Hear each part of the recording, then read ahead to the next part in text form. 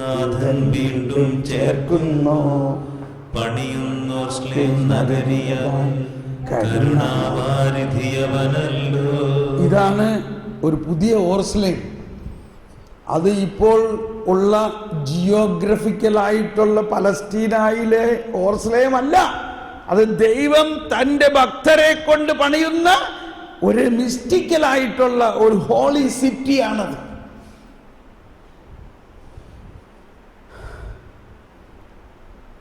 ദൈവത്തിൻ നിഗൂഢ രഹസ്യങ്ങൾ ആത്മാവെന്നിൽ പകർന്നിടുന്നു. ബുദ്ധിയും ബോധ്യവും ദൈവിക ശക്തി ആത്മാവെന്നിൽ ചൊരിഞ്ഞിടുന്നു. പറഞ്ഞു ചോദിച്ചോ? എന്തെങ്കിലും മനസ്സിലായോ?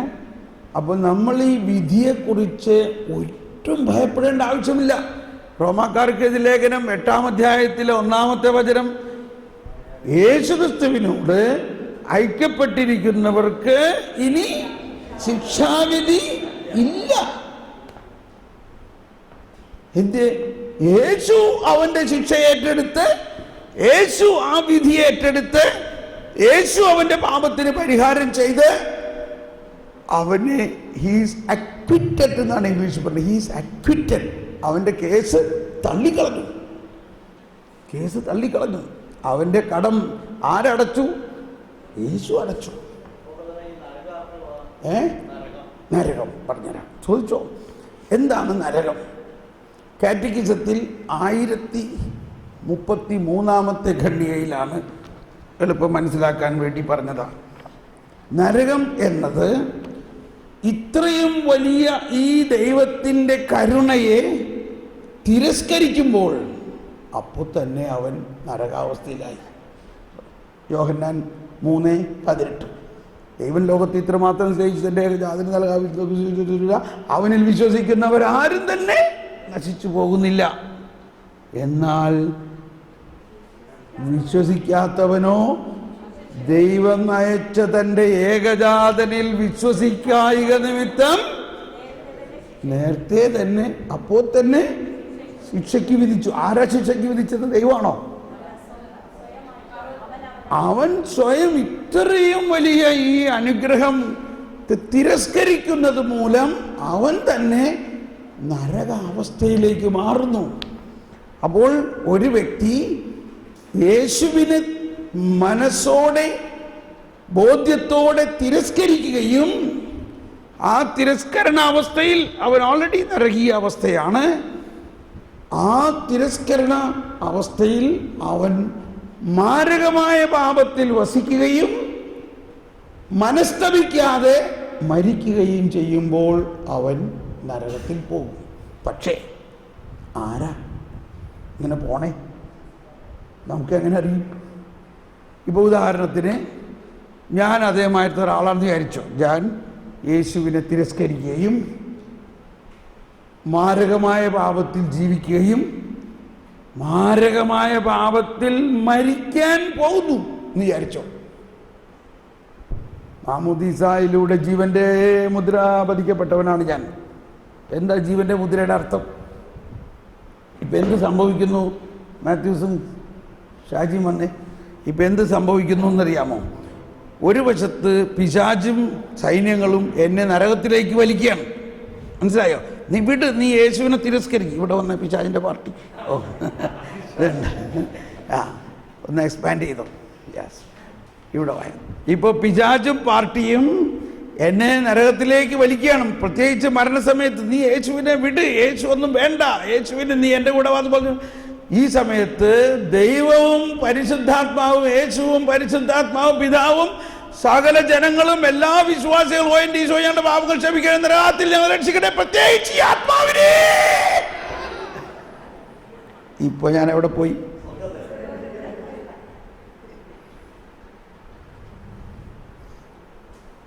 അവിടെ വലിയൊരു വടംവലി നടക്കാൻ. അതാണ് പറഞ്ഞത്, എൻ്റെ ആടുകളിൽ ഒന്നിനെ പോലും എന്നിൽ നിന്ന് പിടിച്ചെടുക്കാൻ ഞാൻ സമ്മതിക്കുമോ? അപ്പൊ ഈ പിശാച് വന്ന് എന്നെ പിടിച്ചുകൊണ്ട് പോകണത് നോക്കി നിൽക്കുകയാണോ അവിടെ തമ്പുരാൻ കർത്താവ്? കർത്താവ് സൃഷ്ടിച്ച എന്നെ രക്ഷിക്കുന്നതിൻ്റെ ഉത്തരവാദിത്വം ആർക്കാ? കർത്താവിന്. നമ്മളൊരു സ്ഥലം മേടിക്കുകയാണെങ്കിൽ ഉടനെ അതിനകത്ത് വേലി കെട്ടും. എന്തുകൊണ്ടാ? അതുമേന്ന് വീണ വല്ല നാളികേരവും മനുഷ്യനെടുത്തുകൊണ്ട് പോയിരിക്കാൻ പറ്റും. ഇല്ലേ? വേലി കെട്ടി, മതിൽ കെട്ടി, ആകെ 4 തേങ്ങ അതിനകത്തുണ്ട്, വേറൊന്നുമില്ല. എന്നാലും ആ കോഞ്ഞാട്ട പിറക്കരുതാരും. ഇത്രയും വലിയ കർത്താവ് ഈശോമിശിഹ തൻ്റെ സാദൃശ്യത്തിലും ഛായയിലും സൃഷ്ടിച്ച ഈ മനുഷ്യ മക്കളെ കുറുക്കൻ കോഴിയെ പിടിച്ചു പോകുമ്പോ എന്ത് പറയും? നിൽക്കടാ അവിടെ എന്ന് പറഞ്ഞ പോലെ നിർത്തോയില്ലയോ? ആഫ്റ്റർ ഓൾ പിശാച് ആരാ? ദൈവത്തിൻ്റെ സൃഷ്ടി മാത്രമാണ്. ദൈവമോ സൃഷ്ടാവ്. ശുദ്ധീകരണ സ്ഥലത്തിന് ആവശ്യമുണ്ട്. എന്താ ശുദ്ധീകരണ സ്ഥലം എന്ന് പറഞ്ഞാൽ? ശുദ്ധീകരണ സ്ഥലം എന്ന് പറഞ്ഞാൽ 1030 കാറ്റഗിസത്തിൽ 1030 ദൈവത്തിൽ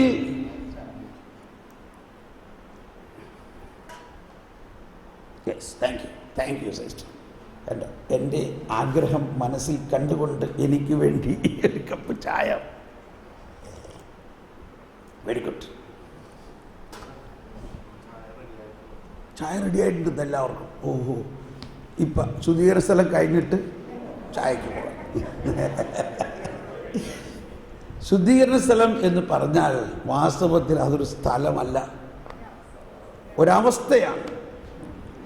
സ്വർഗത്തിലേക്ക് യേശുക്രിസ്തുവിൽ വിശ്വസിക്കുകയും ദൈവത്തിൻ്റെ സ്നേഹം അനുഭവിച്ചറിയുകയും ചെയ്യുന്ന എല്ലാവരും സ്വർഗത്തിലേക്ക് തിരഞ്ഞെടുക്കപ്പെട്ടവരാണ്. എങ്കിലും പൂർണ്ണമായി വിശുദ്ധീകരിക്കപ്പെട്ടില്ലെങ്കിലും അവർ സ്വർഗത്തിലേക്ക് തിരഞ്ഞെടുക്കപ്പെട്ടവരാണ്. മനസ്സിലായ? പൂർണ്ണമായി വിശുദ്ധീകരിക്കപ്പെട്ടിട്ടില്ലെങ്കിലും യേശുക്രിസ്തുവിൽ വിശ്വസിക്കുന്നു, ജീവന്റെ മുദ്ര കുത്തിയിരിക്കുന്നു, അവർ സ്വർഗത്തിലേക്ക് തിരഞ്ഞെടുക്കപ്പെട്ടവരാണ്. അവർ മരണാനന്തരം പൂർണ്ണ വിശുദ്ധീകരണത്തിന് വിധേയരാകുന്നു. ആ പൂർണ്ണ വിശുദ്ധീകരണം നടത്തുന്നതിനുള്ള യോഗ്യതയെല്ലാം കർത്താവ് ഈശോ മിശിഹായുടെ കുരിശുമരണവും ഉത്ഥാനത്തിൻ്റെ യോഗ്യതയിലാണ്. അപ്പം എന്താ നമ്മൾ പ്രാർത്ഥിക്കുന്നത്? മരിച്ച വിശ്വാസികളുടെ മേൽ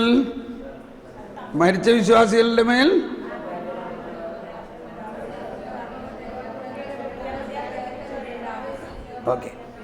ഒറ്റ ആദ്യത്തെ കാര്യം തന്നെ ഒന്ന്, ഒരു വിശ്വാസിയാണ് മരിക്കണേ കേട്ടോ. എന്താണ് ആദ്യത്തെ വാക്ക്?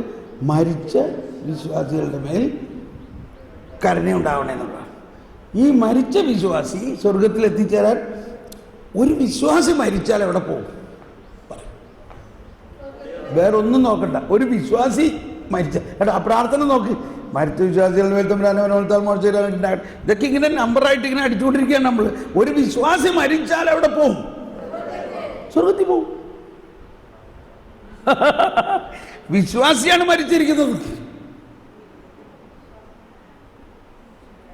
പക്ഷേ ആ സ്വർഗഭാഗ്യത്തിലേക്ക് പ്രവേശിക്കുന്നതിന് മുൻപ് അവന് പൂർണ്ണ വിശുദ്ധീകരണം ആവശ്യമുണ്ട്. അപ്പൊ ആ പ്രാർത്ഥനയുടെ 2ാം ഭാഗം എന്താ പറയണത്? നിത്യപിതാവേ, ഈശോ മിശിഹാ കർത്താവിന്റെ വിലമതിയാത്ത തിരിച്ചോരയുടെ യോഗ്യതയാൽ ഈ ആത്മാവിന്റെ മേൽ കരുണയായിരിക്കും. നമ്മൾ ഇത്രപ്പെടുന്ന ആകുലപ്പെടേണ്ട യാതൊരു ആവശ്യമില്ല. മനസ്സിലായോ? എല്ലാ വിശ്വാസിയും മരിക്കുമ്പോൾ സ്വർഗത്തിലേക്ക് തിരഞ്ഞെടുക്കപ്പെടുന്നവരാണ്. എങ്കിലും അവരുടെ പൂർണ്ണ വിശുദ്ധീകരണം നടക്കുന്നത്, ചിലതൊക്കെ ഇവിടെ വെച്ച് നടക്കുന്നുണ്ടാകാം, നേരിട്ട് സ്വർഗത്തിലേക്ക് പോകാം. സ്വർഗഭാഗ്യം. അപ്പം അതിനുവേണ്ടി അത് യേശു അർപ്പിച്ച ബലിയിൽ അതുണ്ട്, അത് ഉണ്ട്. രണ്ടാമത്, ഇന്ന് സഭയിൽ എത്ര ബലി അർപ്പിക്കപ്പെടുന്നുണ്ട് ഒരു ദിവസം എന്നറിയോ? 500,000 ബലി അർപ്പിക്കപ്പെടുന്നത്. അതായത് 5 ലക്ഷം ബലി അർപ്പിക്കപ്പെടുന്നുണ്ട് സഭയിൽ. ഈ 5 ലക്ഷം ബലിയിലും ഇവർക്ക് കൂടിയുള്ള പ്രാർത്ഥനയാണുള്ളത്. സഭ എന്ന് പറയുന്നത് വിജയസഭ, അതായത് സ്വർഗവാസികളും സകല വിശുദ്ധർ അവരെല്ലാം സഭയുടെ അവയവങ്ങൾ തന്നെയാണ്. അതോടൊപ്പം ഇവിടെയുള്ള തീർത്ഥാടന സഭ, അതോടൊപ്പം മരിച്ച വിശ്വാസികൾ സ്വർഗത്തിലേക്ക് ആനയിക്കപ്പെട്ടു. അപ്പോൾ നമുക്കുള്ള പ്രശ്നം, നമ്മൾ വിചാരിക്കുന്നത് പലരുടെയും അതാണ് അന്ധവിശ്വാസം എന്ന് പറയുന്നത്.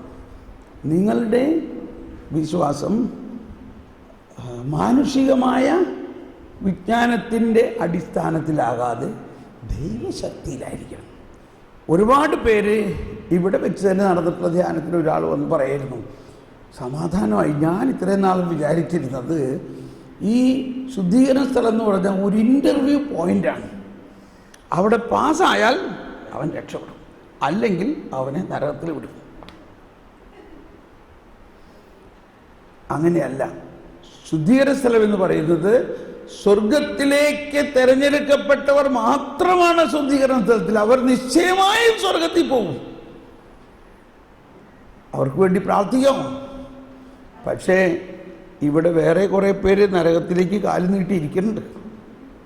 ഇപ്പം ആർക്ക് വേണ്ടിയാ കൂടുതൽ പ്രാർത്ഥിക്കട്ടെ? അതാണ് ഇതൊരു വിവേചനം. സ്വർഗത്തിൽ പോണവർക്ക് വേണ്ടി ശുദ്ധീകരണ സ്ഥലത്തിൽ ആത്മാക്കൾക്ക് പ്രാർത്ഥിക്കണ്ടെന്ന് ഞാൻ പറഞ്ഞില്ല കേട്ടോ. പ്രാർത്ഥിക്കണം മാത്രമല്ല, നമ്മുടെ എല്ലാ പ്രാർത്ഥനകളിലും അതുണ്ട് ഓൾറെഡി. ആ പ്രാർത്ഥനകൾ നമ്മുടെ എല്ലാ പരിശുദ്ധ ബലിയിലും എല്ലാ പ്രാർത്ഥനകളിലുണ്ട്.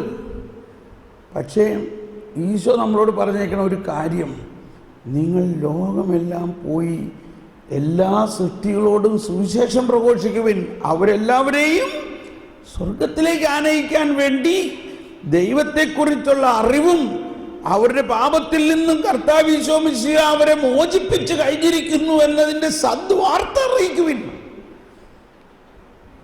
എന്താ സദ്വാർത്ത? നിങ്ങൾ ഇനി പാപത്തിന്റെ ബന്ധനത്തിലല്ല. നിങ്ങളെ കർത്താവ് ഈശോ മിശിഹ നിങ്ങളുടെ പാപത്തിന് പരിഹാരം ചെയ്ത് കഴിഞ്ഞിരിക്കുന്നു. ഇത് അറിയാത്തത് കൊണ്ടല്ലേ മനുഷ്യൻ അന്ധകാരത്തിൽ ജീവിക്കുന്നത്. ഇത് കഴിഞ്ഞോ? കർത്താവ് ഈശോ മിശിഹ എല്ലാവരുടെയും പാപത്തിന് പരിഹാരം ചെയ്ത് കഴിഞ്ഞോ? എന്നിട്ട് ഇപ്പോഴും നമ്മളത് വിശ്വസിക്കണില്ല. ഇപ്പോൾ ഒരാളിങ്ങനെ ചോദിക്കും, അപ്പോൾ ബ്രദർ എല്ലാവരും സ്വർഗത്തിൽ പോവോ? കേട്ടോ, ഇപ്പോഴും വിശ്വസിക്കുന്നില്ല. അപ്പം ഞാൻ ചോദിച്ച്, നിങ്ങൾ എന്താ ആഗ്രഹിക്കണേ? കുറച്ച് പേരെങ്കിലും നരകത്തിൽ പോകണമെന്നാണോ ആഗ്രഹിക്കണേ? എന്താ നിങ്ങൾ ആഗ്രഹിക്കണേ? എന്താ നമ്മൾ ഈ സാധാരണ മനുഷ്യരെന്താ ആഗ്രഹിക്കണേ? എല്ലാവരും സ്വർഗത്തിൽ പോകണമെന്നല്ലേ നമ്മൾ ആഗ്രഹിക്കണേ. അപ്പൊ കർത്താവ് ഈശോ മിശിഹ എന്താ ആഗ്രഹിക്കണേ? എന്താണ് പിതാവായ ദൈവം ആഗ്രഹിക്കണേ? എന്നിട്ട് നമുക്ക് വിശ്വാസമാവണില്ല. എന്തീ പറയണത്? ഈ പള്ളിയിൽ വരാത്ത ഈ പാപിയും ഈ പെണ്ണുപിടിയനും ഈ കള്ളുകുടിയനും ഇവനൊക്കെ സ്വർഗത്തിൽ പോകുന്നോ? ഇതല്ലേ നമ്മളിൽ പലരും ചിന്തിക്കണേ. അവനെ സ്വർഗത്തിൽ കൊണ്ടുപോകാൻ വേണ്ടിയാണ് നമ്മൾ ഓരോരുത്തരും പ്രാർത്ഥിക്കുന്നത്.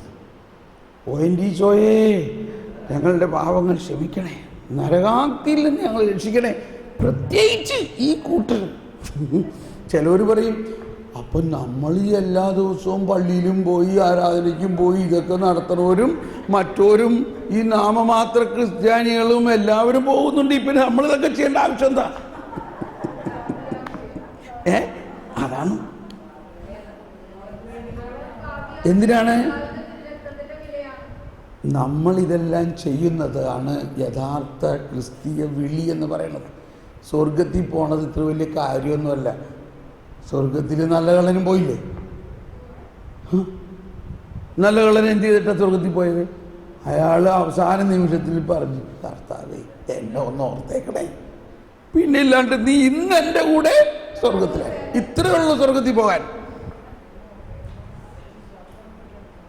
അപ്പോൾ എന്താണ് ഒരു ക്രിസ്ത്യാനിയുടെ വിളി? നല്ല കള്ളനെ പോലെ സ്വർഗത്തിൽ പോകാനല്ല, അനേകം ആത്മാക്കളെ കൂടി കൂട്ടിക്കൊണ്ട് സ്വർഗത്തിൽ പോകാനാണ്. അനേകം ആത്മാക്കളെയും കൂട്ടിക്കൊണ്ട് സ്വർഗത്തിലേക്ക് പോകാനും സ്വർഗത്തിൽ ചെന്ന് കഴിഞ്ഞ് ഒരുപാട് കാര്യങ്ങൾ അവിടെ ചെയ്യാനുമാണ്. നല്ല കള്ളൻ്റെ ചെയ്യേണ്ടത്, നല്ല കള്ളനെ എല്ലാ ദിവസവും കുർബാനയിൽ പറയണതാണ്.